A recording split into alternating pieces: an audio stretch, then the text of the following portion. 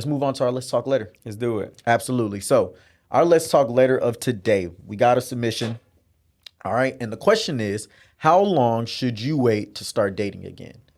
I've been separated for almost a year. My ex and his lawyer are dragging out the divorce. I'm scared of dating again, but I'm also scared of being alone. I wanted to wait until I'm officially divorced out of respect for my marriage, but it's taking forever.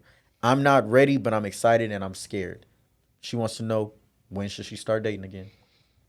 When she gets over her fear of being alone. Rex, you took the words out of my mouth.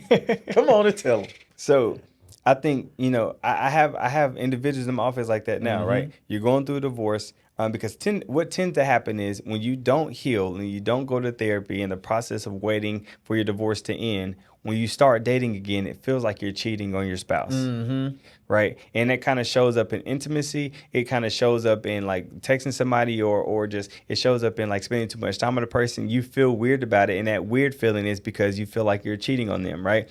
There's still that attachment that you have with them. So I think that you should start back dating again once you've addressed the wounds that came from the relationship. Yeah. Once you've grieved the three parts. Once you grieve the friend that you built with that relationship, once you built the partner, and once you grieve the future that would never be. Yes. Right? Once you grieve those three things, you work through the trauma that comes from that. And then on a personal perspective, you work through your fear of being alone. Like, what does that mean to you? Because the last thing you want to do is attach yourself to the next thing that gives you attention. Yeah. Right? So grieve it.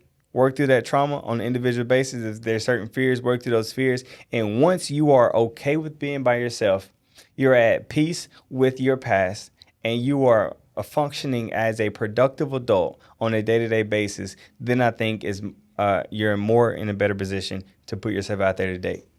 Absolutely. I'm not going to add any advice to that. All I'm going to do is reference what I brought up earlier in my story of how I knew I was ready to date with my lady.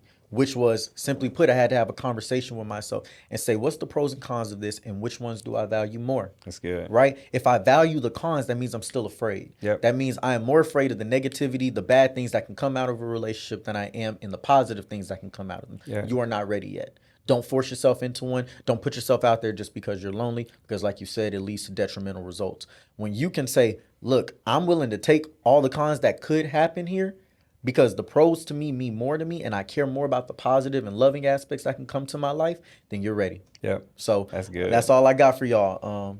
That was great. That was to the point. Yeah. You cannot receive love if you are afraid to be heartbroken. Exactly.